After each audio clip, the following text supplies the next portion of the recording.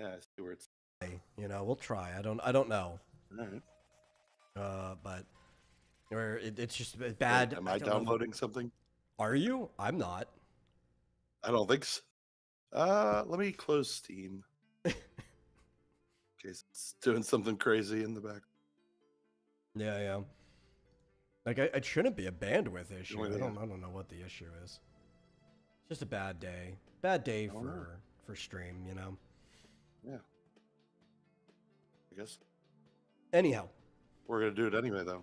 Yeah, yeah. Welcome to Super Serial Showtime. As always, I'm your host, Metal, and joining me is my co-host, Marsupial Gamer. We're here to talk about shows, movies, maybe comics, novels, whatever floats our boat. And so if you like that kind of thing, stick around. Maybe grab that link, share it out with somebody else, get more people in here. We can always have a good time. And if you happen to really like it at any point, no pressure, but you can always give a donation to streamlabs.com/vomitorium live. You can find the link below anywhere. Not mandatory, but really helps us out. And with that, I guess we'll get into things. I always notice on Kick, right? We get more viewers during the loading screen than we do during the actual show. I guess everybody just like really likes the stupid videos, mostly of me when I was younger, on the loading screen, and they're like, okay, now that that's done, I'm done. And that's fine. You know, I have no hard feelings. I enjoyed making those videos when I was younger. You know, this loading or the thing below us says 8 p.m. Central. Does it? Central Daylight. Yeah. Oh, you know what? Because I think it's 9 still p.m. That's set full to standard. whatever it was. I don't know. We're now. We're live now. We are live Now right is the time, now, whatever time. on schedule. And we're here to talk about stuff, I guess. I think like the first Stuff and thing junk. that we were talking about this a little bit behind the scenes before we came live, is the whole Gundam announcement that happened recently. Which they're very, very smart. Yeah. Deciding to the first person they're going to cast and let everybody know is being cast was a very attractive woman, Sydney Sweeney, to get a lot of people on, which made a lot of people jump to conclusions as to like what Gundam they would be adapting, because there are very few. It's a very big franchise, but there's a few where at least like one of the main characters or pilots or even if it's not like a Gundam pilot, sometimes a pilot of another mobile suit is a woman, so she could play any of those. But I was thinking it might be better if they just didn't adapt anything, because who knows if they would adapt it right? And it might be better to just get the essence of Gundam and write an original story, because it's a very, very flexible franchise. You could do basically anything with it as long as it involves mechs. Some of the mechs are specifically Gundam, so they're made out of the material Gundanium, which makes them tougher than all of the other mechs, or they have some type of drive core to them that makes them better than all the other ones. And politics are involved, internal politics of the world. You got those three things down. Two of them are kind of the same thing, but you got them down. You got a Gundam series. You know, it's not that hard to write an original one. They've been doing it for decades. Yeah. Well, throw in a pretty girl and you got a hit. Yeah. Although it's funny because I guess Flit brought that up from the chat No, last was it? week. I thought it was Fizz believe. that mentioned it last week. Oh, Fizz. I'm Yeah. sorry. Fizz brought it up. Yeah. And I think he was the only person in the chat last week forgot- for the bulk of the show until like the very end, and then a couple other people Yeah. jumped in. yeah, he's our most loyal Yeah. viewer. Thank you. Sorry about that, but yeah, Fizz brought it up last week, and this week we were looking for it, and all I could find was someone else is being, eyed to to star with Sydney Sweeney. I'm like, no, Yeah. I want to find the original story. When they Well, I mean, announced you probably have to go back a week to find it, you know? Yeah. But you, as I'm sure, have never seen anything Gundam, right? I don't think so. No, yeah, I hear that they're foreign they territory. can be. I hear they can be tear wrenching. Yeah, they can. They vary a lot, right? That he cried. Yeah. Some of them can be pretty heart wrenching. Some of them can be just action packed. Some of them can just be a show strictly for children where all the robots are chibis and talking directly to you. Like, it literally all over the place. It is a very, very, I don't know what you want to call it, but disparate franchise, you know? But they do give different titles and names for the different type of Gundam, so you kind of know what you're getting into when you hop into one. The main series is called Mobile Suit Gundam. There might be a subtitle to it. They may not have any continuity between them, but when you see the word Mobile Suit Gundam in the title, you know what kind of story you're getting. You're going to get some type of militarily divided ecosystem, you know, humans, different nations fighting for something, and the Gundams are like the equalizers to that ecosystem, and it's going to be some politically driven story. That's all of the Mobile Suit stories.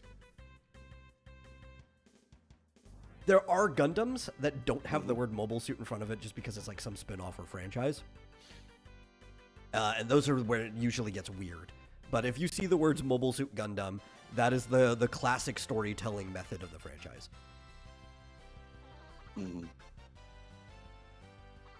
Which, if you have to watch any of them, having never seen a Gundam before, I would actually probably throw you in the deep end.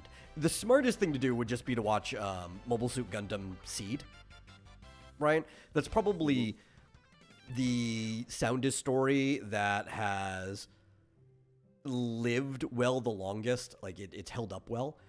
But I would tell people to watch Gundam Wing, which is like the craziest, most action-packed, trying to be like a late 80s, early 90s action movie Gundam there is.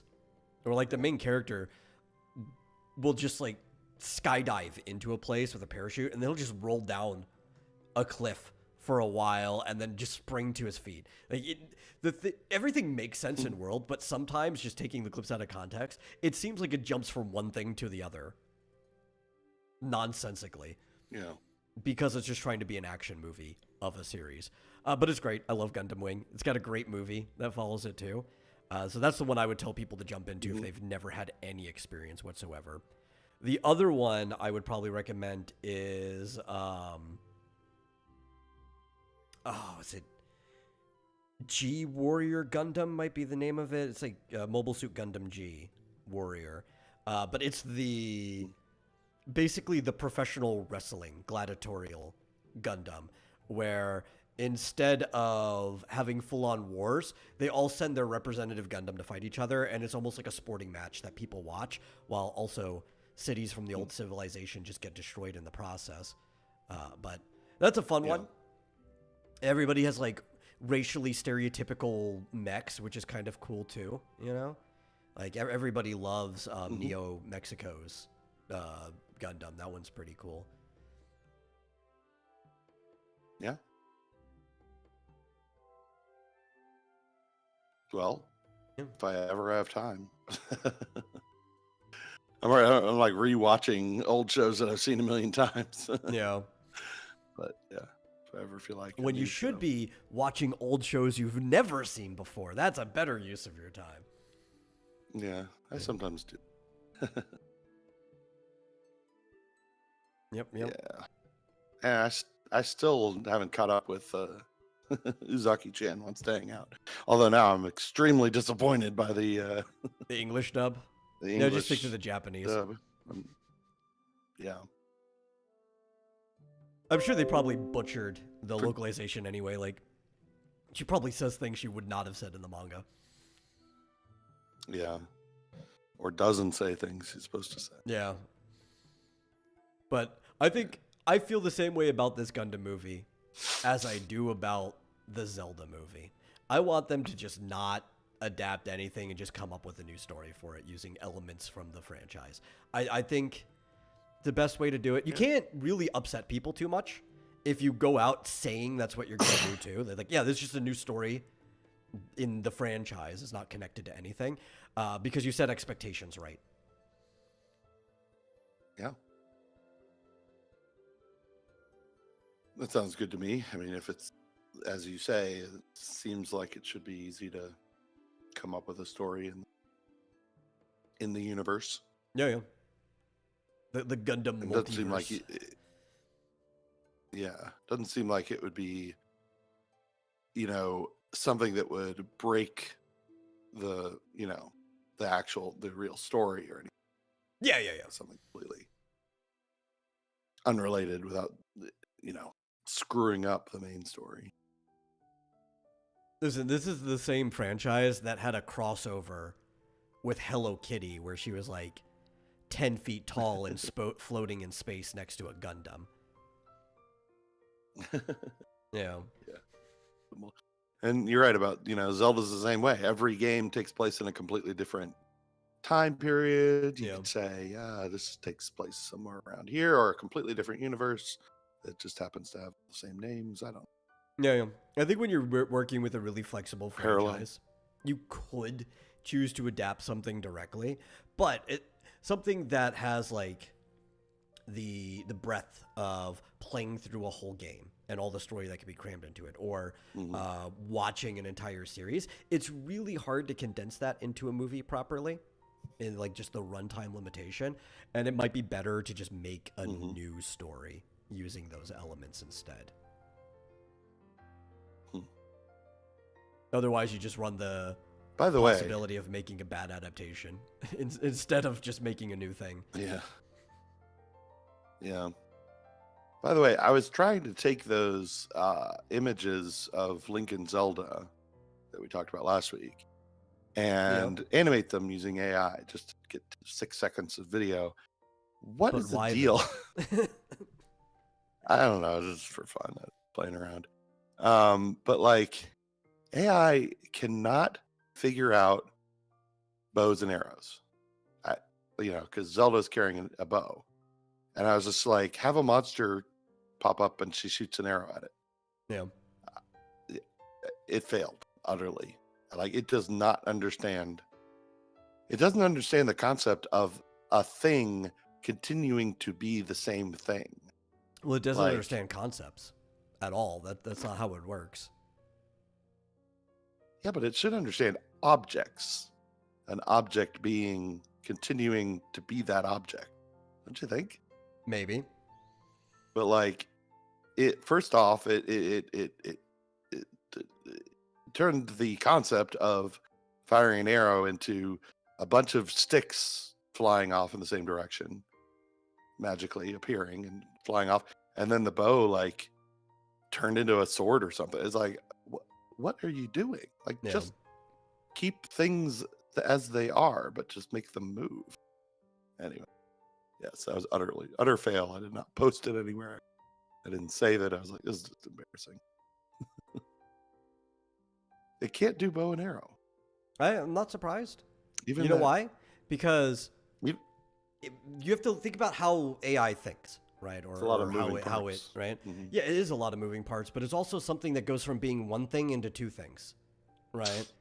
Because it's only just trained off of visualizations, right? So even if you train it off of a bunch of bow and arrows, there's the visualization of you actually holding an arrow notched into a bow versus the visualization of it letting go and there suddenly being an arrow somewhere else. So it's something that is a joint thing from a visual perspective to something that is no longer a joint thing from a visual perspective.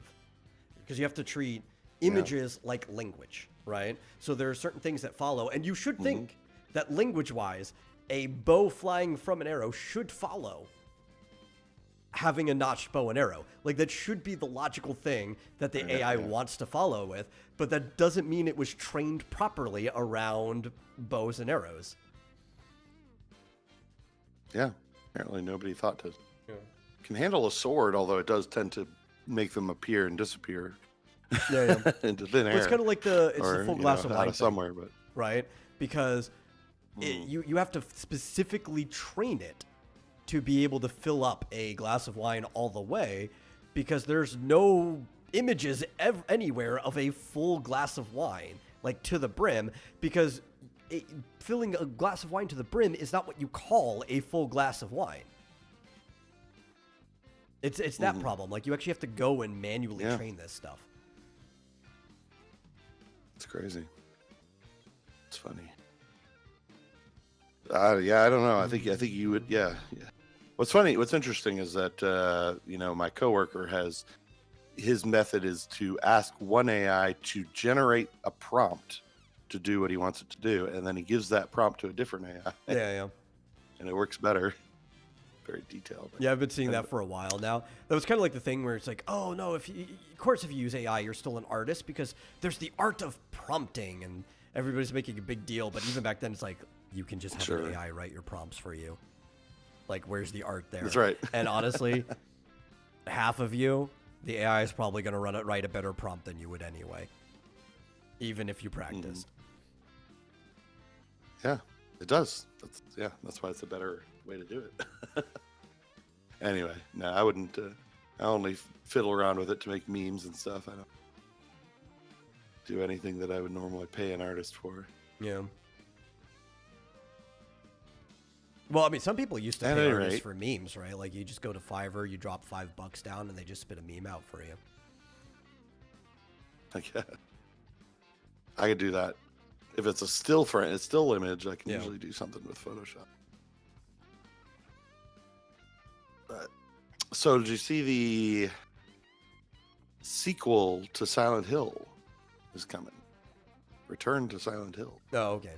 I was gonna say, which sequel to Silent Hill? There's a lot of Silent Hills with a lot of sequels to Silent Hills.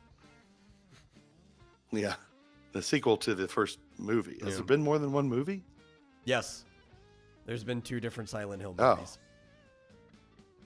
Okay, well, the third one is coming out. Yeah, and the second one is not Silent Hill 2.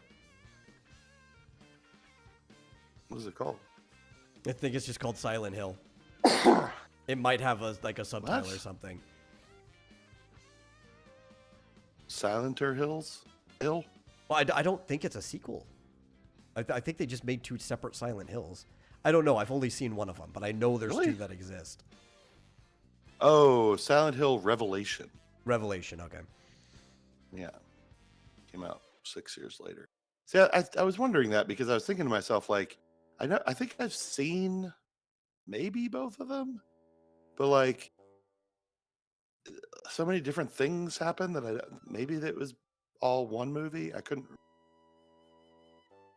At any rate, Return to Silent Hill comes out January 23rd, 2026, and apparently it is specifically an adaptation of the game Silent Hill 2.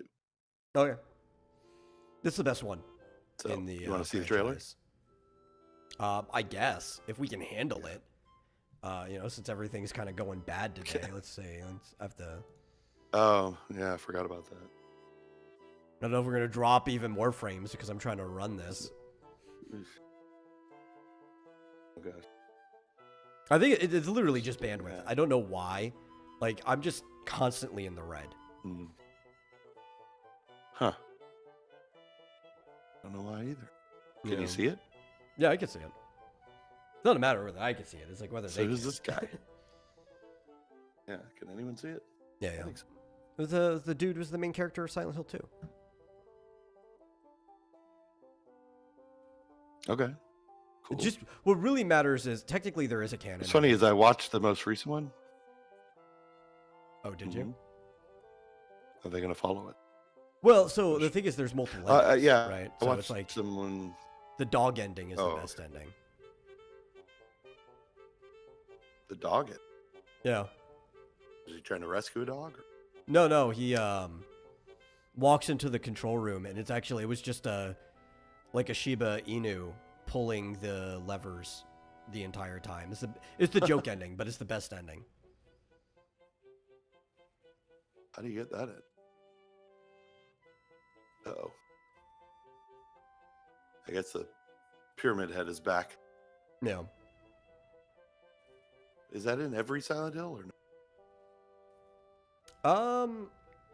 He's at Silent Hill. So like up until the most recent one, which a lot of people complain isn't a Silent Hill game because it doesn't actually take place in the location that is Silent Hill, which is a fair criticism. Yeah. They could have literally just called the game anything else, especially with the combat being kind of different too.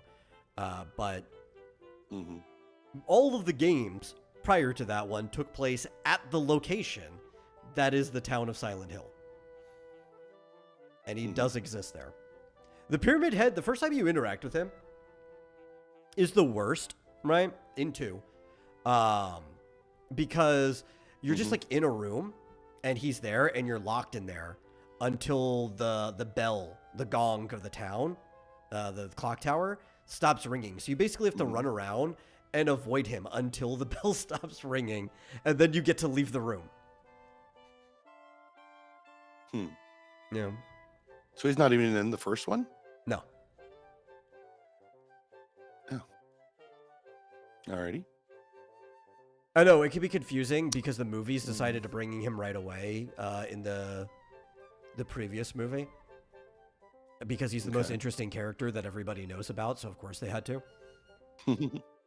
Yeah.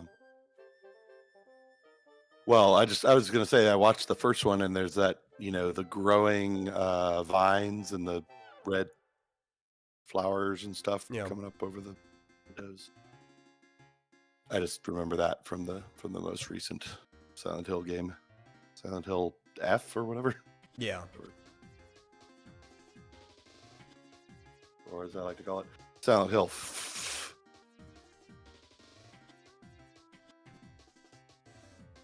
Yeah, and when you go to Silent Hill, you basically you have to deal with your inner turmoil. Silent Hill is a physical place that exists that several people go to, but it's also almost like a form of purgatory. So whenever you end up there, whatever you deal with, it's personal.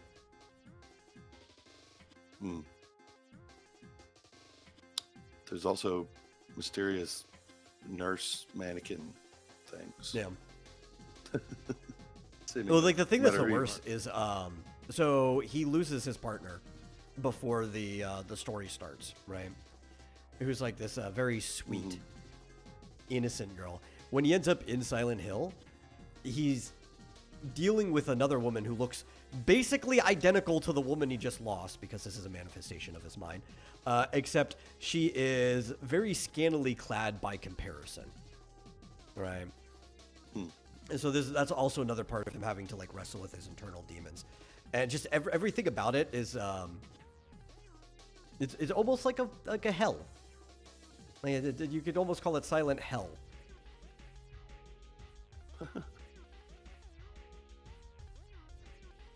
I guess.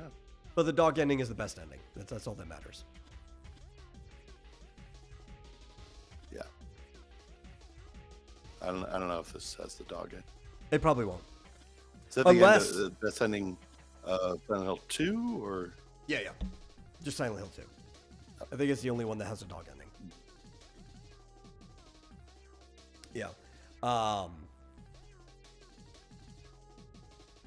was I gonna say?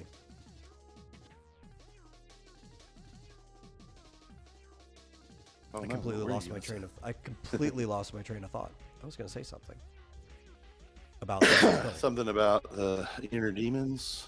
No, it was past the inner demons part. That's like the most obvious part of the place.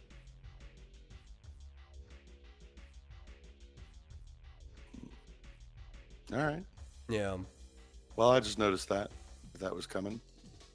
I think I liked the first one, but I don't remember. Maybe I didn't see the second one. It all runs together for me, just like the Resident Evil movies. I can't remember. I was gonna say, unless they shoot an like alternate endings, like some movies have done before, where like you don't know what ending you're getting when you go to the movie theater, like what ending your theater got. That would be pretty cool, and it was actually the different endings to the game. Yeah, apparently there are 6 endings, so interesting.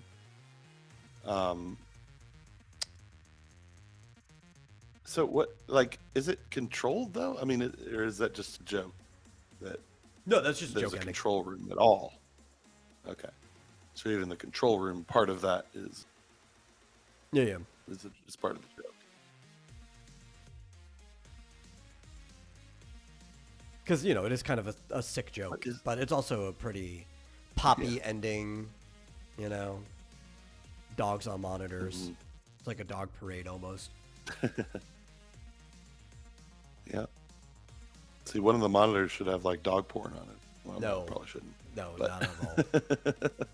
Get that thought out of your mind. If the dog's watching it. Sorry. Yeah, we pixelate it out. You wouldn't be able to see. National Anyway. Geographic's over here. Yeah.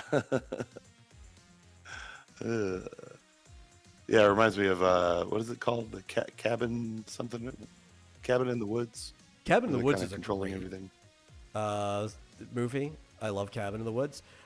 Sort of. The joke ending, I think predates that, but yeah, it'd have to predate it. It is kind of poking fun at those type of things in the same way that Cabin in the Woods is. Yeah.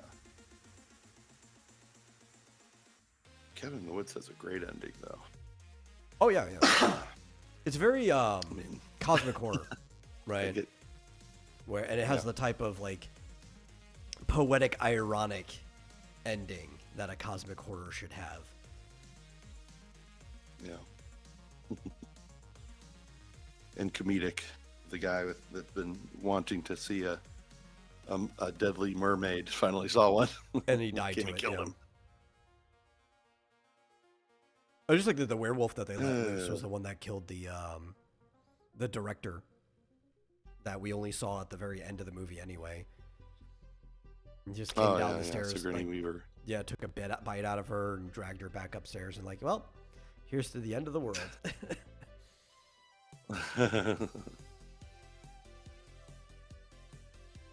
Yep. Yeah, it was a good movie. Cool. Well, that's all I got as far as news. That's it. That's all I got. You want to stick in the horror I theme? think that's all I got. Something that makes no sense to me whatsoever. But Five Nights at Freddy's 2 is having a collaboration with Popeye's Chicken, not a pizza place for God knows why. If you're going to do a collab with anything for Five Nights at Freddy's, why wouldn't you try to go with a pizza place? But they're doing a collab with Popeye's Chicken, and you can get like the Five Nights, I think it's the Freddy Fazbear box or whatever. Yeah, the Freddy Fazbear Deluxe box, which aside from, I guess, maybe the sauce, doesn't really look like anything special. It's just normal Popeye's chicken. It's Kind of reminds me of the what was it, Burger King with Wednesday? yeah. Instead of Wendy's, you know, Celebrities.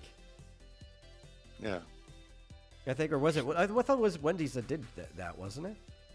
I thought it was Wendy's, which would be like Was the it perfect. Burger King collaborated with. Because Wendy's and Wednesday. Was it just a Halloween thing? Maybe, I don't know. They did the black bun or something, Yeah. or the But yeah, bun it with comes- black sesame seeds. I don't know. It comes with an order of cheesy bites. But like you could get an order of cheesy bites with any combo. But also a cupcake cup that is just like a strawberry flavored cake with pink icing. That's like the only thing that's very Freddy Fazbear's about it, because it's like a birthday party thing. But Yeah. otherwise, it just doesn't seem like it does anything other than the fact that they're putting the name on it. I don't think it comes with any image or memorabilia anyway. It's just the Five Nights at Freddy's 2 Deluxe box. It's like, why Popeyes? Why not a pizza place? Why aren't you actually doing anything of worth even with it? Well, the question is, has Popeyes improved at all? Because I used to love Popeyes. It was great. And then it just got bad everywhere. No, all you at are once. going And it to was like, gag on how dry their like breading and rolls are, and you Used to better be have your sweet tea with you just to chug that so you don't die. Well, even the chicken, like Yeah. like every time I ordered it from different places, it started just it was always burned.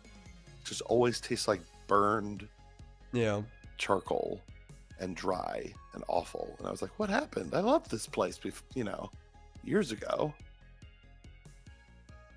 No good. Does it at least come with a Fazbear plushie? No, it doesn't come with like a kid's meal toy or anything like that at all. It's 3 chicken fingers with a special garlic parmesan rub. Though the person who reviewed it said despite being advertised for 3 fingers, the box only came with 2 because it's Popeyes and this is the type of service you should expect from them. An order of cheesy bites, which is just fried cheese curds in like a garlic crust, and you've got a cup of marinara you could dip it in, a cupcake cup, and a soft drink of your choice. That is it. Nothing else. Did we get it and review it? Do you really want to force yourself to eat Popeyes? Well, not if it's still the same as it's been. Ooh, I stopped getting it after some point. So disappointed the first time I ever had Popeyes. I wanted it to be good because I really liked the When movie was it? Little Nicky, right, by Adam Sandler. So it would have been whatever year Little Nicky came out, right? Oh, that was a while ago. Yeah, and it was already awful then. Let me look. When was Really? Little Nicky? It was See, 2000. I liked it back in. Oh, maybe they were bad to start and got better. Like back in 2018, 2019, I would get it. Yeah. I'd say frequently, like I'd order it from Uber Eats or whatever, maybe every 2 or 3 months, and I was always happy with it. Always good. Have you considered maybe it was then- your local Popeyes that started going downhill compared to it? Yeah. I always thought it was bad. Like I said, going back to 2000. Maybe. And in the movie, he eats Popeye's chicken. Like, that's one of the things that the dog introduces him to. And he's like, oh, no. You got to put the meat in your mouth and let it slide down your throat hole. And then he eats it. He's like, man, Popeye's chicken is the shiznits.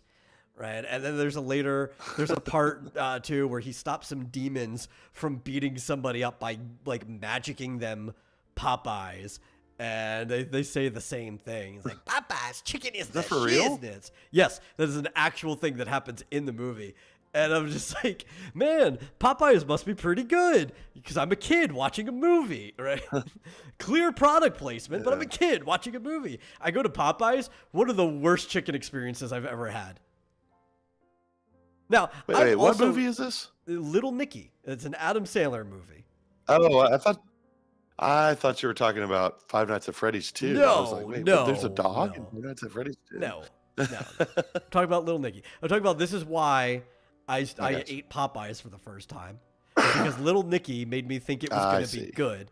And it was like, of all the chicken places around me, which, being in the South, there is a plethora of chicken places around you to pick from. You can find one you actually like. And out of all of them, Popeyes was always consistently the worst. It says he had Popeyes once back in 2016. Guessing he never had it again because it was. I don't think I've had Popeyes since like 2008 or something, Yeah. Well, there was a period of time, I guess maybe it was just the one that happened to be near me whenever I had it, it was really very, very good. And it was way better than KFC. Way better. Oh, the bar and I was like, man, I wish I'd known about this. Yeah, that's true. Yeah. But it was decent. It was really good. And I liked it. And then I think it was when I moved to Birmingham for a while. Maybe it was just that one, but it was awful. I think I tried it twice and both times terrible. And I never had it since. So I guess I haven't had it since probably 2018 or 19. So, yeah. well, I mean, I had it in like 2000 or 2001. I always liked But that's when it was all. churches. Though they've gotten drier over the years. But if people said they don't like churches now, I completely understand. But they used to be so moist for their fried chicken. Like they would keep all of it, all the moisture inside underneath the breading. And they would have like honey glazed rolls where the bottom of it has like a honey glaze to it. And it's like, man, I loved Churches. Yeah. Churches was good. Even Williams was better than Popeye. But obviously when Chick-fil-A came around, and once it started getting everywhere, it's like most people just didn't even eat at the other places as much. Unless it was like Sunday. Yeah. And all I'll say is that from what I saw, Review Raw agreed with me that it went downhill rapidly around 2000. So Okay. it might have been bad and then good briefly and then bad again. I don't know. Yeah, or, you know, it might have just been was bad and lucky a got couple worse, and my times. standards for chicken is just higher than the rest of yours. Yeah. I guess. I do remember it being very juicy in the middle. Well, I think my opinion, though, should matter less than most people's when it comes to chicken. Because I'm not a big fan of chicken. It's like, I don't dislike it, but I don't go out of my way to eat chicken, right? So, but if I do happen to really like something, that's usually a good sign that you should try it, because it's like, well, if the guy who doesn't really like chicken enjoys it, you should eat that one. But anything less than that, I'm probably not the person's opinion you should take on it. Yeah. Well, I guess I should try Churches. But I love fried chicken. I love it. Yeah. Being from the South, Yeah. maybe I have certain, I don't know, I have proclivities for fried chicken. Yeah. Well, I mean, I don't know ate plenty of it growing up, you know, like Yeah. if I go to somebody else's house And for like the night or whatever, like a friend's house, 9 times out of 10 it was chicken. and frankly, KFC used to be good, and then they went like the opposite direction. They went like Yeah, their original soggy recipe and used to be like pretty good. undercooked. They just went the sad Yeah. direction. You get a piece of meat from KFC, it's Yeah. just sad. It is. Yeah. I'm like, why is this like all soggy and tasteless? Yeah. KFC. Now, you want or, good chicken? Chick-fil-A never disappoints. I don't think they have one around here. But if you like dark meat, which is what I prefer, and I think that's also why I'm really picky about my chicken places too, because like a lot of them just try to shove the white meat right into your face.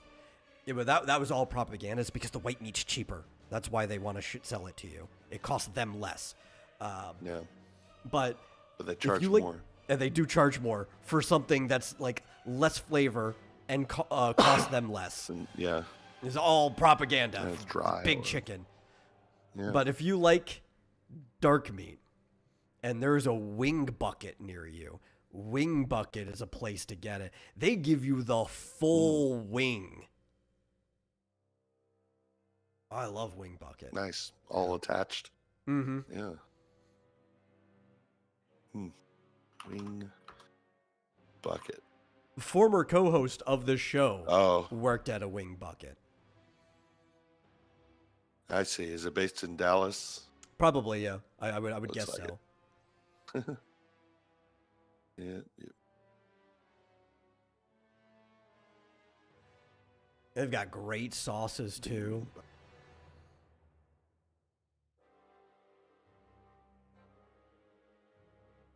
Yeah. Wait a minute. No, there does not appear to be a Wing Bucket in Arizona, but there are. I would not other assume wing so. Places. Yeah. Native Grill has decent wings, I think. Of course, they're more like buffalo wings and I hate buffalo wings. that kind of thing. I love them. They feel like a waste of a wing.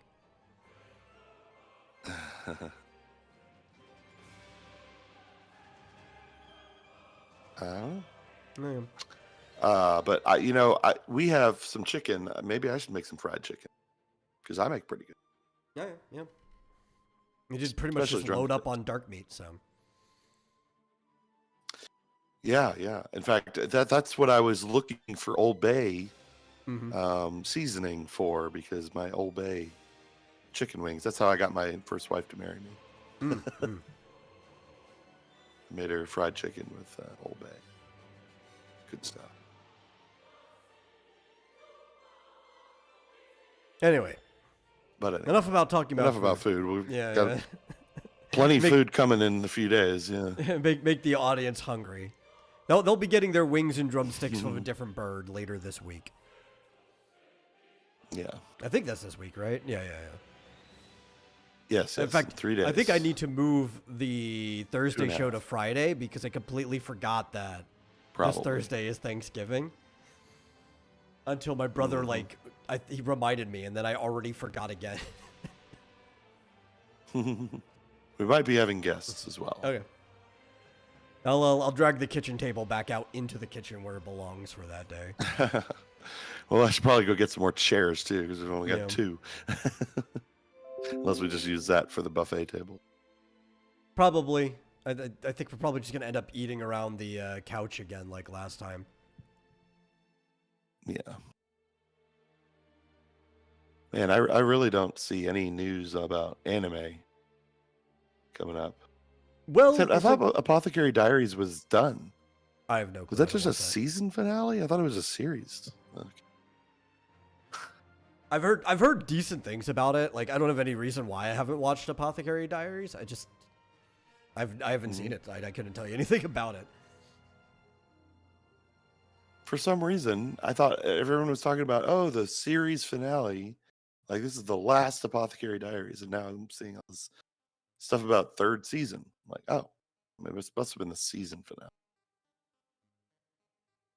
Confusing. Anyway, sorry to interrupt. Well, I mean, now things I keep seeing things about is everybody keeps talking about this awful Wicked movie. And I keep getting pissed off how many people know, how little they know about the actual wonderful Wizard of Oz and the 14 books that Baum had written back during his life. So what I would recommend for anybody who's never seen it before, there is a wonderful 1986 maybe, but 1980s anime adaptation of the first 3 books I think is in the series. And it actually follows the story of the books, not of the Wizard of Oz movie. But I have to specify the one everybody knows, which was already the 2nd or 3rd Wizard of Oz movie when it came out.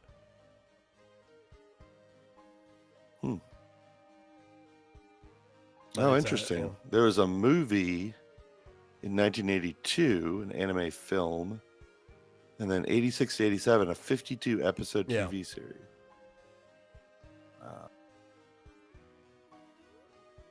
Yeah.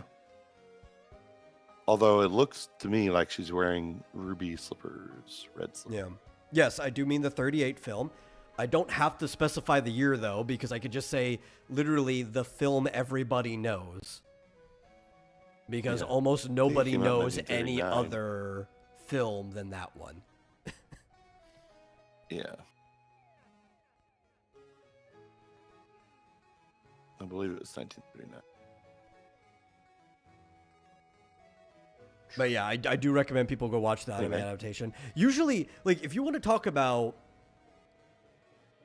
everything getting bad adaptations, right? Being butchered, slaughter, almost anything that you can think of that was classic literature that has never been adapted well, you can probably find an old anime that adapts it almost scene for scene. Yeah. Great. There's also an anime. Well, maybe this is what you're talking about. It's an anime series of short films produced by Toei in 1983. Oh no, it's called. No, I was World talking about Famous the Fairy Tale 50 series. episode series. That's specifically what I was talking about. The 86 Oh, okay. one. Yeah. I see. Which gets a few things wrong here and there, but it's way closer than almost anything's ever been. Mm-hmm. It's kind of like Oz when they the did. Great and Powerful. They did Anne of Green Gables as well. I'm sure you could probably find many other books where it's just like, yeah, we just made this series that you probably end up reading in school, because the Japanese kids read a lot of like classic literature in school. So like, yeah, we're just gonna adapt it. There's a good series for Starship Troopers that actually adapts it properly with the mechs and everything. And the main character is Juan Rico, not Johnny Rico, right? Like if somebody's butchered something, you could probably find a Japanese series that did it better. Mm-hmm. Hmm.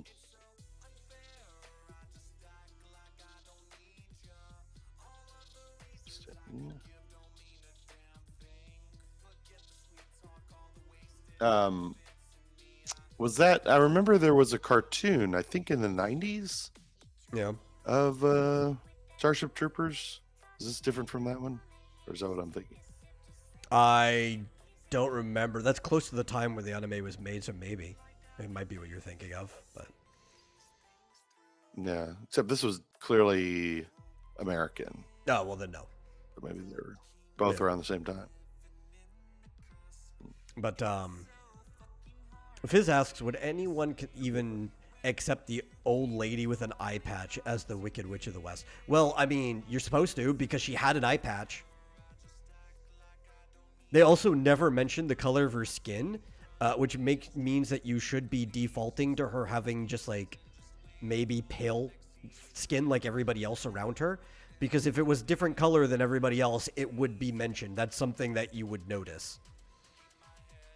That the green was made up for the live action movie from the 30s. Mostly to show off Technicolor. Most of their decisions was to show off Technicolor, right? Like Dorothy's slippers were silver, but they would look cooler in Technicolor if they were ruby, right? That's the making the sky as blue as it was, and Dorothy's dress as blue as it was, and everything popping. It's like whatever would look cool in color, because it's basically the first all-color film.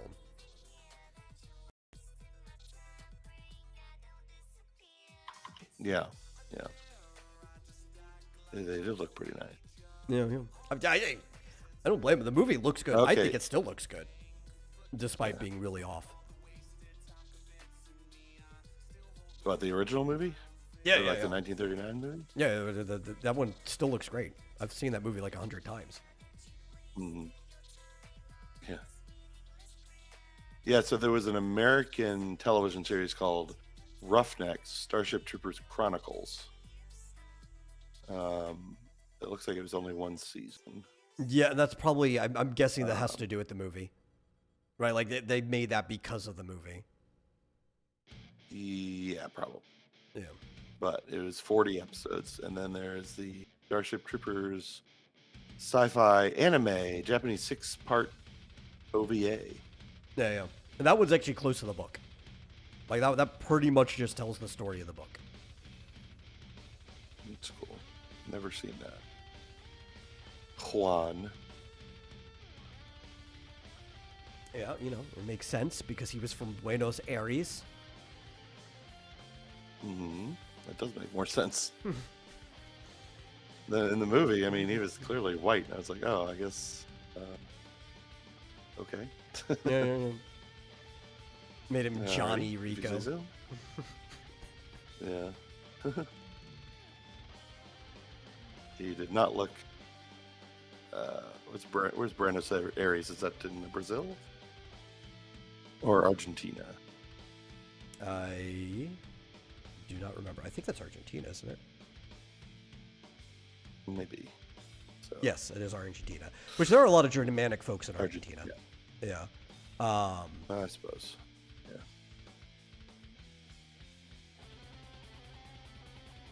I've heard a lot of Germans move there. Yeah. They had power armor and mecha-like things in the book. That is the series that popularized power armor. And they decided that the movie wasn't going to have it at all. Oh, in Heinlein's original novel, Johnny Rico was Filipino. Hmm.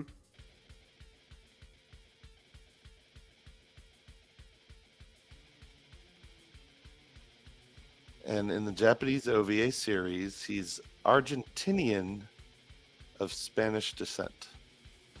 That's still closer, right? Because most of the Filipino people over there are Yeah. of Spanish descent too. Yeah? Okay. Well, I mean, the Philippines were a Spanish colony for a Completely while, different right? So place. there's people who have like Oh, local, really? and then there's also some Spanish mixed in there too.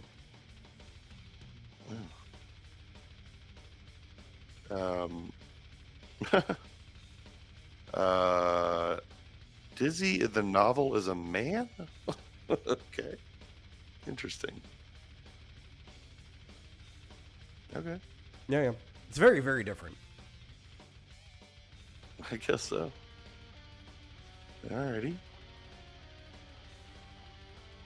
Very good.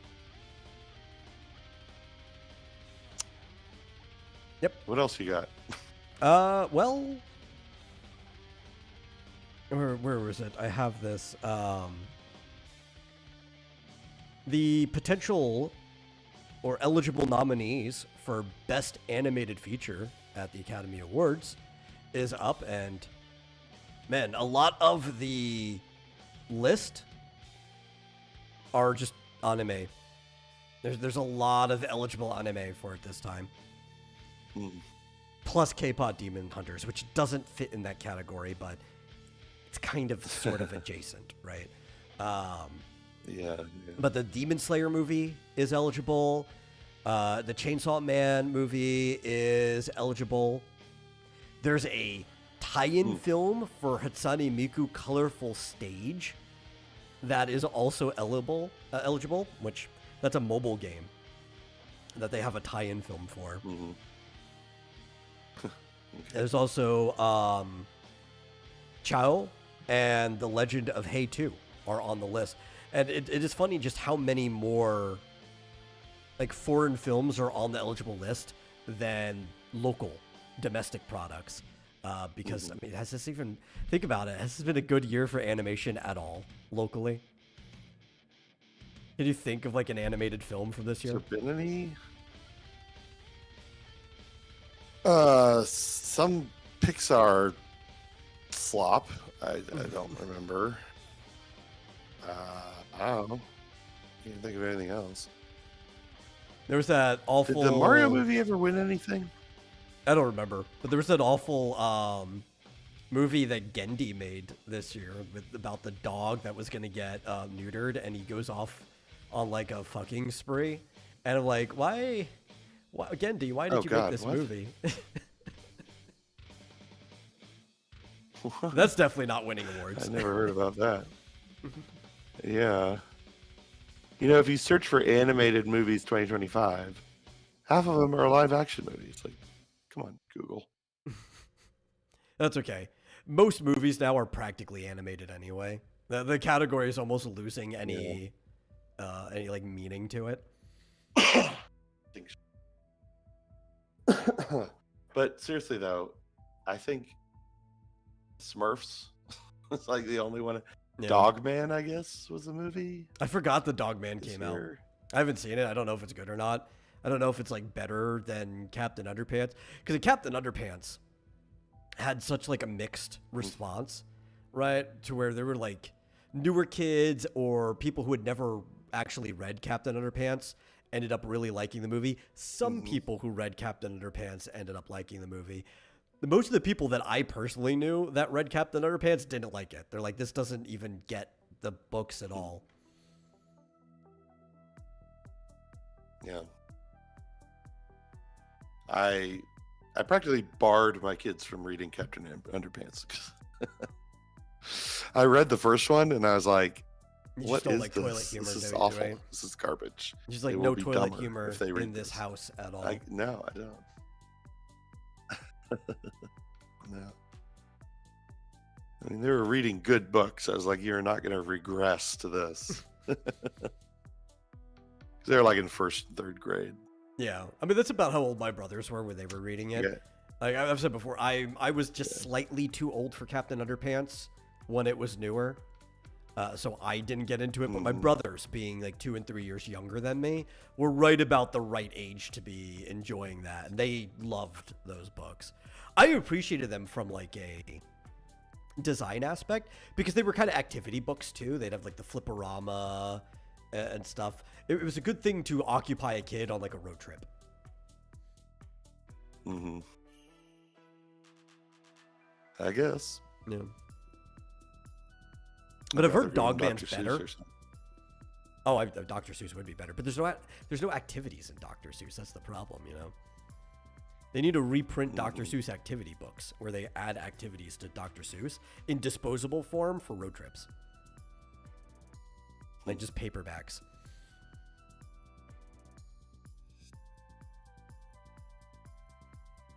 Oh, I forget. Zootopia 2. I don't think that's out yet, is it? Came out this month. Oh, is it this month? I kept seeing ads for it. I wasn't sure if it was still yet to come out or...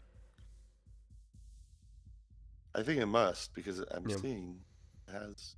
Yeah, but you keep seeing ads while something's out, too. It's just... Sometimes it's hard to know where you are in the ad cycle. Is it still coming out? Is it out now? Yeah. Oh, what? Yeah, okay, it hasn't come out. The release date is in 2 days. In 2 days. So these box office numbers must be projections, but... They have to be. Who knows if that's... Yeah. I guess it's got good early reviews, but that's from critics, so... Yeah. Oh, sorry, Fizz. He keeps trying to answer our questions, but we keep answering it before it pops up. Because due to our bandwidth, there's got to be a heavier lag delay than normal. So I do see your stuff. It's just by the time I end up seeing it, we've already found the answer almost every single time. Sorry about that. Yeah. And I can't really help it. It's just the state of our internet today. I wouldn't even say the internet. It's probably my computer, realistically speaking. Because I don't think we had any issues when I was streaming Star Rail earlier today. Unless it's something that just happened this evening. Sometimes my computer just wants to be that. It's aging, you know, that just happens. It has off days.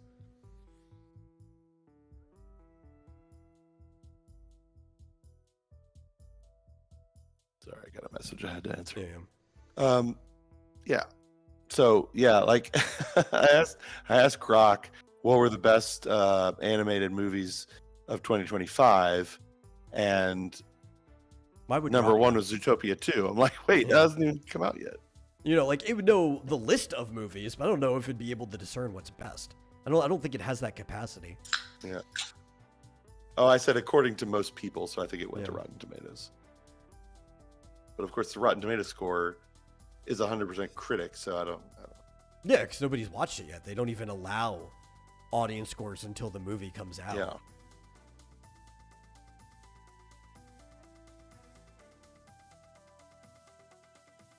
How does it even...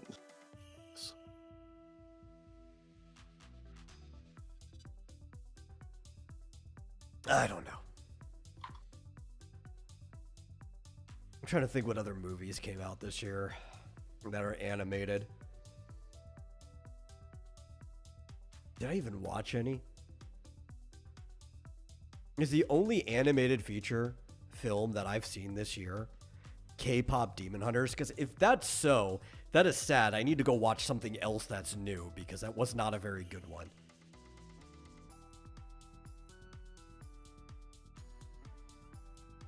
K-pop Demon Hunters?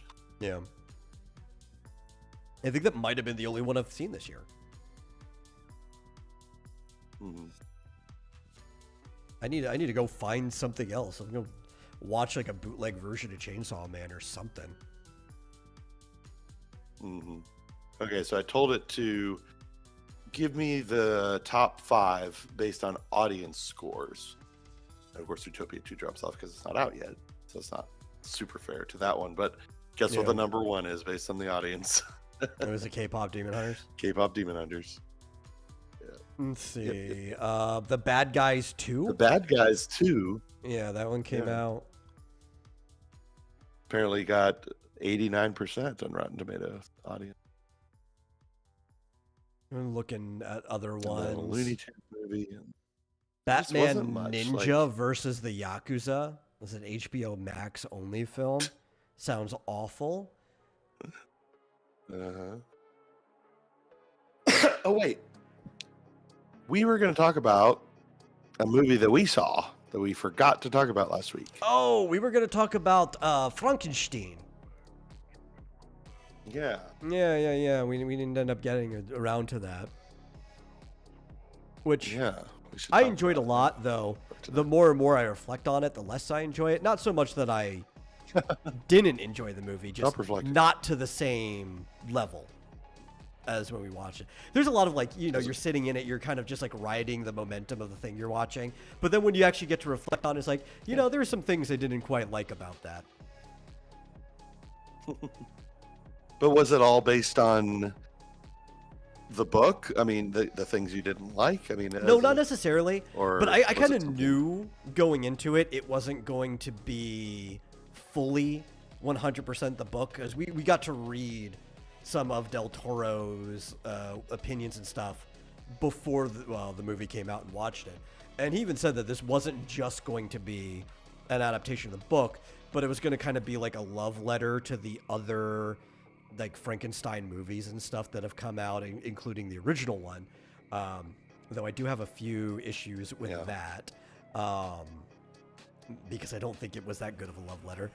My main concern, though, was just how much Del Toro put himself into the movie, which again was still fine when I was watching it, but then getting to sit on it more and how much he changed to put himself into the movie is the thing that kind of soured it for me a little bit, right? Like changing a lot of himself? Was he in the movie? No, like metaphorically making Victor him or whatever, Oh, I see. Because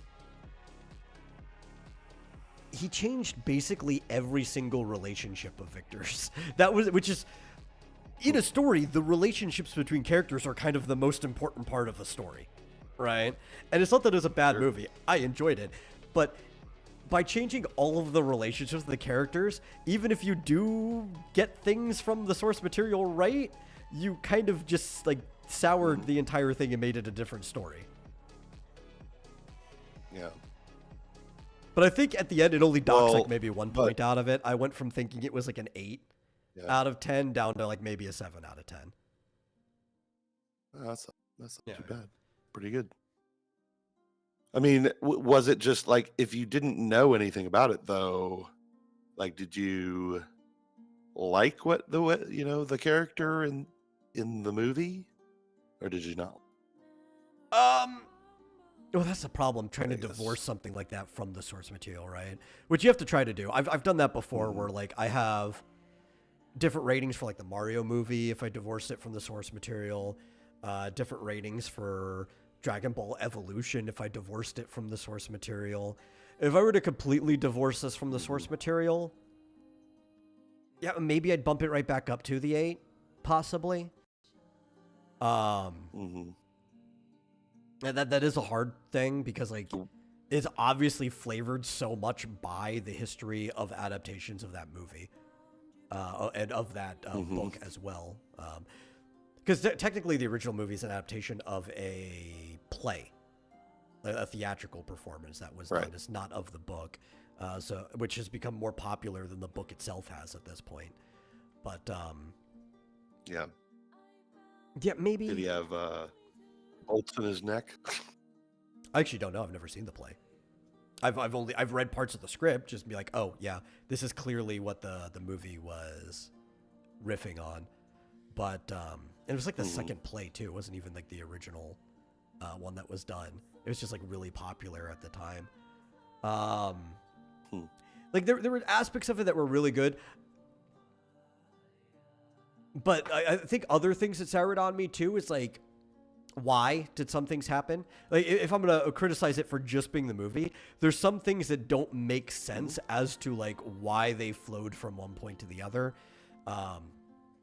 Like Victor's relationship with his dad doesn't even particularly make sense, right? Other than like they were trying to be maybe a little racist about it because he and his mom both had raven hair, right? Like they were a different ethnicity. I thought it was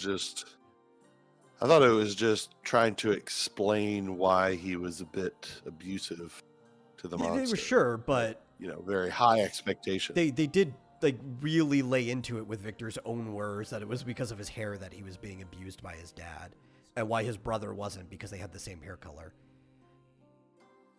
Like he literally said those Did he words. say that? I don't even remember that. In his narration in the movie. He mentions his mom's raven hair.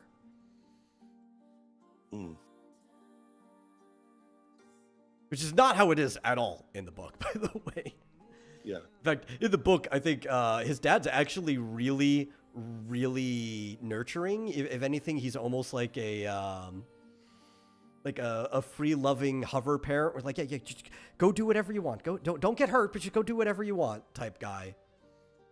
Yeah. For like the little bit you know about him, you don't really get to know much about his parents at all in the book. It's very, very brief. Yeah. They spend more time in the movie here talking about his early life and completely changing like everything about it. And it kind of went to explain also, and I don't even know if this was part of the book, but basically why he treated his brother like a servant almost. Yeah. Kind of had no respect for him. He was constantly hitting on his fiance, which was supposed to be Victor's. In the book, Elizabeth is just his fiance. Yeah, it's his wedding night that the monster comes in and crashes and everything. Did he have a brother in the book? yeah, he did. The monster kills him. Yeah. The monster kills everyone ruthlessly. It's like he's trying to take revenge for being abandoned. So he actually, after he finds Victor's plans and reads them and finds out about all of this other stuff, intentionally goes on a killing spree, trying to make his life a hell. Like that's his goal. Yeah. And this is actually the thing that they dropped, right? Because they made it look like it was almost self-defense every single time. They're both the monsters. Well, Victor that's killed. Yeah. Yeah. Victor killed the fiance in this one. Like, so didn't he shoot an arrow and hit her? Yeah, he shot something. But the reason I don't have a problem with that is because that happened in another movie before. And as we started with this isn't just an adaptation of a book. It's a love letter to all of the previous Frankenstein things, right? So some minor changes like that, I think, are fine. Though I think he's the first one that ever made Elizabeth his brother's fiance instead. So that's just kind of like, I don't know. He was doing some like weird thing with her and the monster. Like she was falling in love with the creature. Yeah. That part is one of those things that I'm kind of soured on because it just doesn't really make sense, even in the context of his story, right? That's one of like the things. It's like, why though? Why? Yeah. Other than, I guess, it's like it is a modern thing that women like. It started out as just monsters. It started out as sort of just an empathy thing. It was just like, she just felt sorry for him, and it was sad that he was lonely and stuff. But yeah, then it became like a romantic thing. What? Out of nowhere. Like, there's a bunch on? of things where they're like taking leaps, and the story's not like properly explaining it, which you wouldn't inherently have to do if you just followed the book, because anything that doesn't kind of make sense, you could go to the book to get the context for. It exists as source material, but you can't do that if you drastically change everything. Yeah. And then I guess he killed the brother just by accident, really. He was being attacked, and he just kind of tossed him off, and he hit his head. Yeah, most of it seems like out of self-defense or an incidental killing, not like he's intentionally trying to kill all the people in Victor's life. But that is clearly what he does in the book, is he's going out for revenge. Mm-hmm.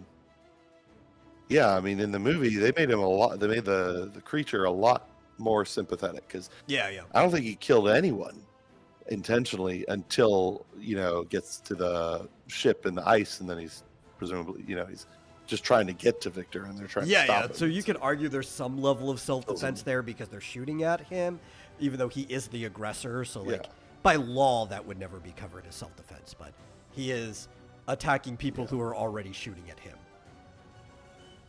Yeah.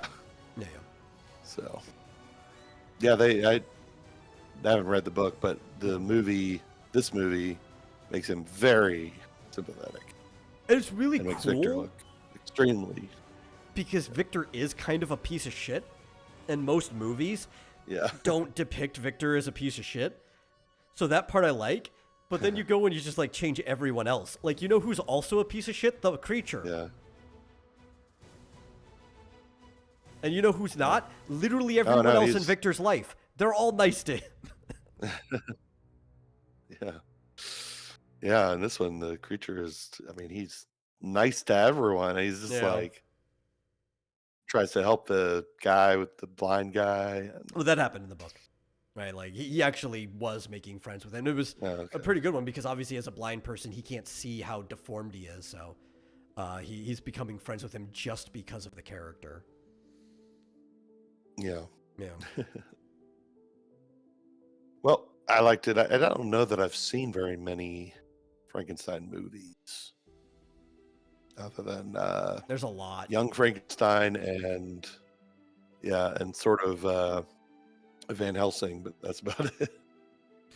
And Van Helsing's like barely a Frankenstein movie, right? Like it just happens to have Frankenstein in him. He's just in it. Both Frankensteins. Technically, Victor was there at the very beginning before he finished his project, and Dracula decided to stab him in the back. Yeah. Yeah. So the monster didn't get to have his revenge. Yeah. It's the doctor. But yeah, and he was played by the dad from Everybody Loves Raymond. In Young Frankenstein, yeah. Peter Boyle. No, in Van Helsing. No, I don't think he was. Wasn't it? No, he was in Young Frankenstein. He was played by. I know he was in Young Frankenstein. Yeah. Who played him in the? I don't remember, but it wasn't him. In Van. Okay. You'd have been too old by Van Helsing. Young Frankenstein, he was the perfect age to play. To be too old by Van Helsing. Yeah. Oh, yeah. Wow, they made him look. I thought he looked just like the other guy, but yeah, some guy I've never heard of. So. There's also like a really big problem I have with the movie, right? And I think it's because he wanted the monster to live at the end and make him completely immortal. Because the monster is, or the creature, that's the more consistent name for him. That's the only thing they actually call him in the book is the creature, because he was a creation. The creature dies at the end from the one thing that can kill him. He's basically immortal to everything except for one thing, the thing that like every adaptation even alludes to, fire.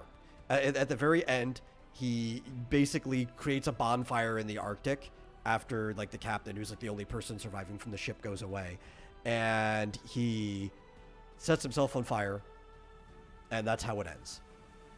Right? It's like you can't slowly heal, because he is regeneration, but not to the degree that Del Toro put him. He's not like Wolverine healing. He's generation because he's got cells that won't die anymore, so eventually they're going to fix themselves. He's basically bulletproof in the book too, which they do the opposite here to kind of just lean more into his Wolverine-like regeneration. Like he could take bullets, but he'll just heal from it.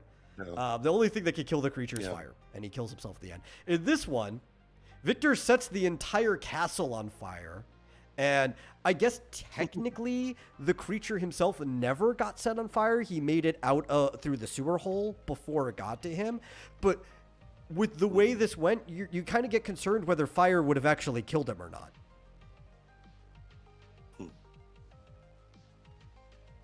I'm guessing maybe it should have, though, because Victor set the place on fire, so maybe he, being the scientist that made him, assumed that fire should kill him. Like, oh, I know how to kill him. I made him. But we can't even really know. Well, but it showed his escape, so he never was caught. No, he never got on fire. No. But like, I'm just saying, like with everything else he healed through, because he literally blew dynamite up in his hands. We're not even sure if fire would have killed him. That is true. Yeah.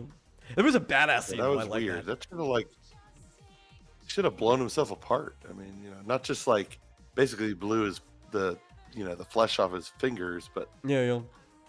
That should have blown his whole body apart. Oh yeah. I think that was weird. Unless he was just very, very durable. Unless it was the original creature who was practically bulletproof. and wasn't worried about regeneration. Yeah. That one, I might have believed that dynamite wouldn't have killed him. Yeah. At least there were certain aspects of it that I Yeah, really, really liked, though, right? They got the creature's strength down, like, almost perfectly. There's a point where he just, like, moves the whole boat while on the ice, right? Like, the creature's supposed to be that inhumanly strong. I don't think they really got his speed down, maybe, but that's because they cut away from him fighting the crew and the boat and everything. But the creature's supposed to basically be as fast as a locomotive. There's like a point in the book where they literally describe him going along the mountainside like a locomotive. He's basically just supposed to be an Ubermensch. Yeah. But Yeah. he also had his long, gangly black hair, so that part was pretty good too. Like, I think this was a better depiction of the creature overall than most of them. Mm-hmm. I actually have no idea who this actor is. I honestly thought that it was Nicholas Hoult.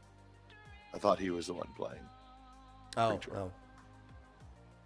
And the guy doing it is mostly, I think, just mocap just and like voice, because that creature was clearly like CGI the entire time. I guess so. Because I mean, I looked at the actor's face. I'm like, he didn't look like that at all. No. Like, who's that guy?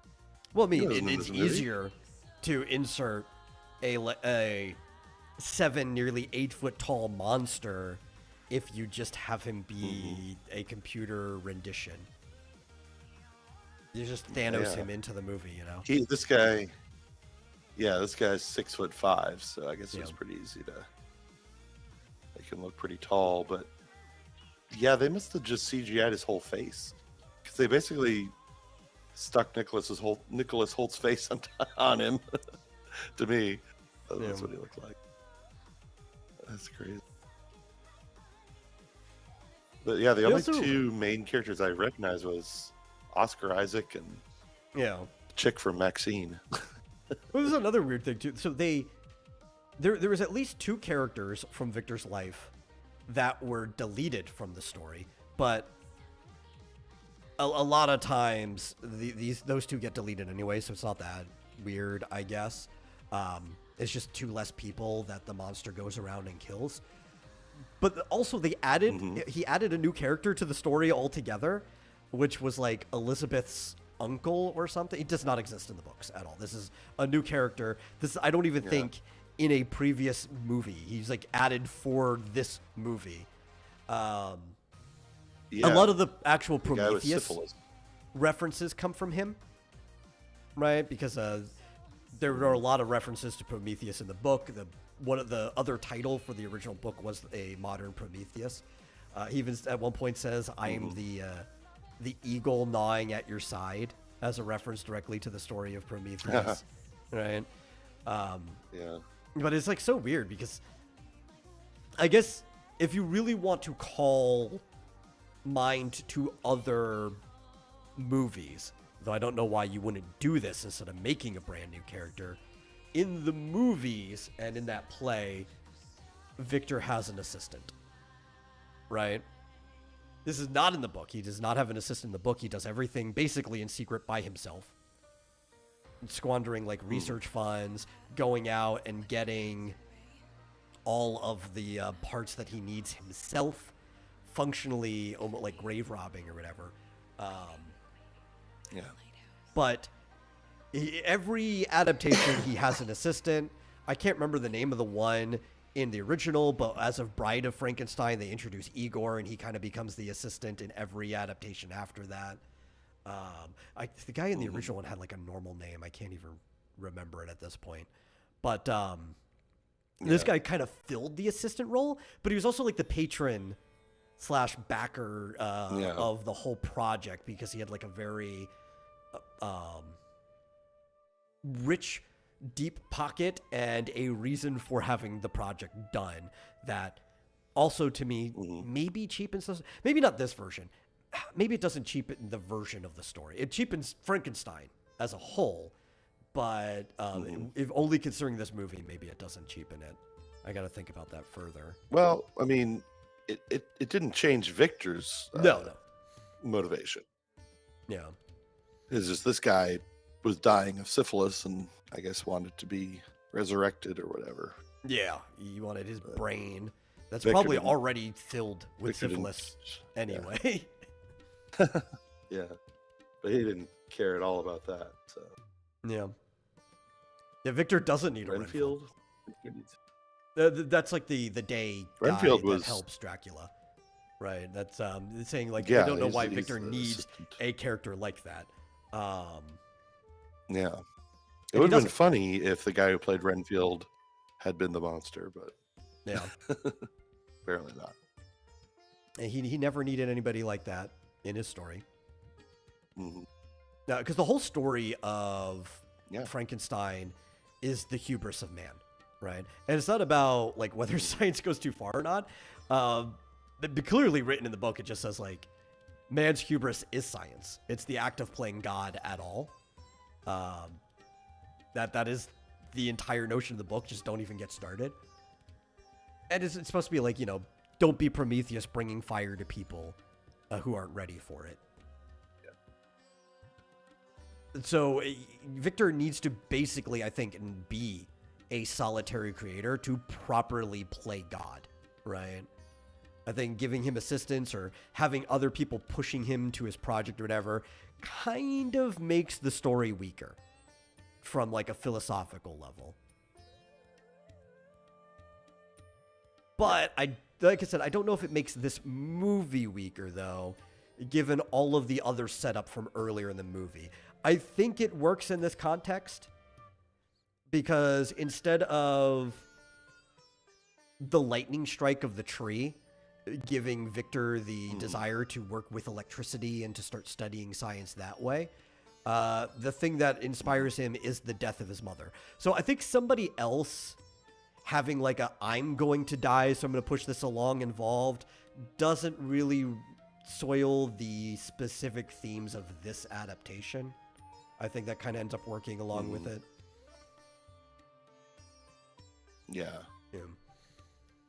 The part where the guy comes to him and says basically, look, there's not going to be any more money, so you got like a week or whatever. That was before he figured out how to make it all work, right? So. Yeah. But there's also, that was a lie, right? Like the money wasn't actually wearing out. It was because of his syphilis, he didn't have time, so he was trying to rush him. Yeah.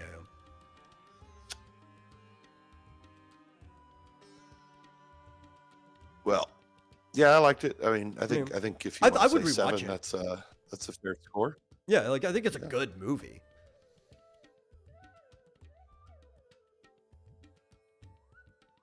On the metal scale, that's actually pretty good. Oh yeah, that's above average. Yeah, I'd probably give it an 8. Yeah. I felt like it was back in the day, one of those movies I might have gone to the theater for. Not these days. Mm-hmm. But Netflix needs to do more limited runs of nothing I'll movies go to the theater for now. in the theaters, Yeah. I might have seen that in the movies. At the movies. Yeah. Wait, was this No. in theaters? This is a Netflix Okay. production. I mean, it's being produced like it Yeah. is a cinema movie, but it just never wasn't. Mm-hmm. Yeah. That's a shame, actually. Yeah. I think it would have done pretty well. Maybe. I don't know. Well, of course, like who wouldn't go to the cinema to see Frankenstein? Yeah, really. and a pretty good one at that. Yeah.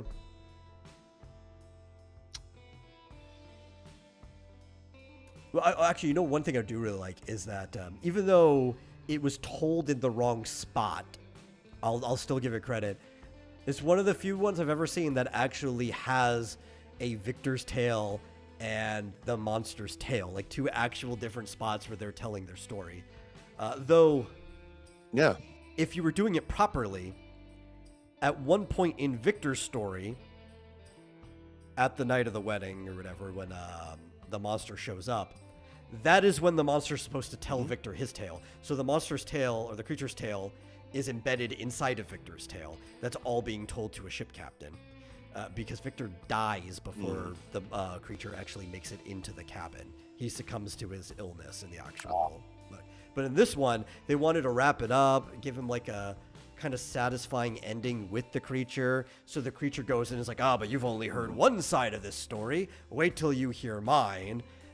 And then they have like a coming to Jesus moment at the end, and that the creature never actually gets in the book at all. Like he just has to deal with the fact that his father's corpse is there, and he's like, my revenge is settled. I'm going to now walk into the Arctic far enough that nobody can see me and set myself on fire.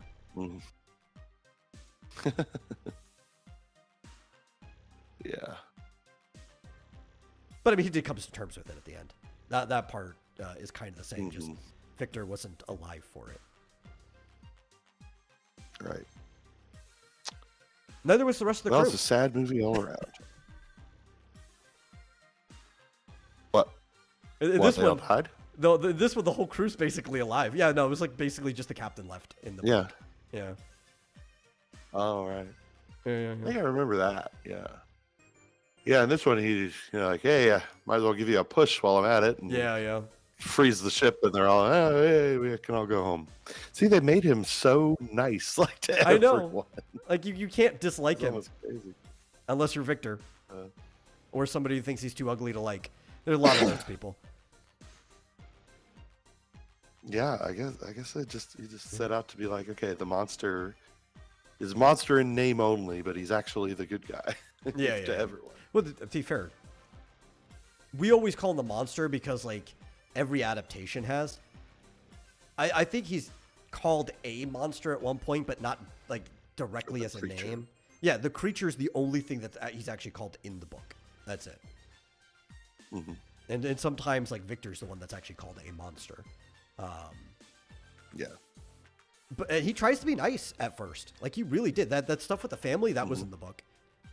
They changed it quite a bit, but like, he was trying to like warm up to them eventually, but then they discover him and it's not very pleasant and he has to leave. And it's like every time he tried to be nice to people, he realized that there is no justice in the world. And that's what kind of like led him to go back, read the notes from his father, and he's like, I'm going to take revenge. Like he tried to play nice, and then he immediately switched into fuck everyone mode. Yeah. I guess maybe in the time of the book, like going off and killing everyone was like, I don't know, less likely to make you think that it was evil. I don't know. Maybe I don't know. Well, you're not supposed to like either of them. It's supposed to kind of almost be like a father like son situation. Yeah, like you're supposed to end the book with the understanding that both of them were the bad guys. And that even like the creature realizes that by the end, and that's why he walks off into the distance and sets himself on fire. Right? Like there is no hero in this story. Well, that's not how this movie was. Yeah. There was a hero, and it wasn't Victor. That's for sure. Because at some point, when Victor starts chasing the monster into the Arctic, right? Like he sells the rest of everything in his estate to be able to fund his personal expedition to chase the creature. You'd think like, okay, well, obviously he's the bad guy now because he's chasing him. It's just like a cat chasing a mouse, except the creature's trying to torment him during that whole time too. He's like leaving him food so he stays alive on his chase. Like it's just leaving food in his path because he wants him to suffer longer. It's like, no, you don't get to die chasing me. Well, that's sort of, well, he didn't leave him food, but like, Victor tried to blow him up. And he's like, nope. Yeah. I'm the one chasing you. Ha. I do recommend people watch it though. I do. It's definitely on the recommend list. I think it is a work of art. It definitely, the environments feel very grimy, like you could actually step on them. Even the ones that you could kind of tell are completely fake, like maybe they're just completely rendered, they still feel very like tactile. Like you can imagine yourself in that place, which I think is a very important sense to a movie that a lot of directors forget these days. And I would definitely say that it's an experience worth having. Yeah. Yeah, I especially liked the scene, I guess, outside of his original like laboratory, Mm-hmm. where it's like raining and there's blood on the ground, and like it just it's kind of a city block, and I Yeah. felt like I've been there before, like Which is a closer to his cobblestone actual alley. lab in the books too, because like he didn't have like this Mhm. far away thing. Like he was basically in the middle of town Yeah, because it kept him closer to the graveyards and stuff. yeah, sure. You know. Yeah, but I was like, I could almost smell that scene, or I could feel it on my under my feet walking on those Yeah. slick cobblestones, and it was just a very yeah, like you said, sort of a tactile scene where it's like, oh yeah, looks all grimy and wet and gross. So, very good, Del Toro. Yep. Yeah, it's just next time you do something like that, put a little less you into the characters and just more into like the aesthetic and directing.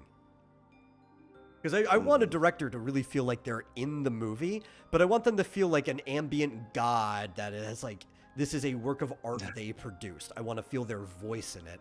I don't want it to feel like a character is them sometimes, unless they're writing an original movie. If you're writing an original story altogether, put yourself in it as much as you want. I don't care. That's your story. You know, if you're touching somebody else's story though, put a little less you into the characters that you weren't originally. Yeah.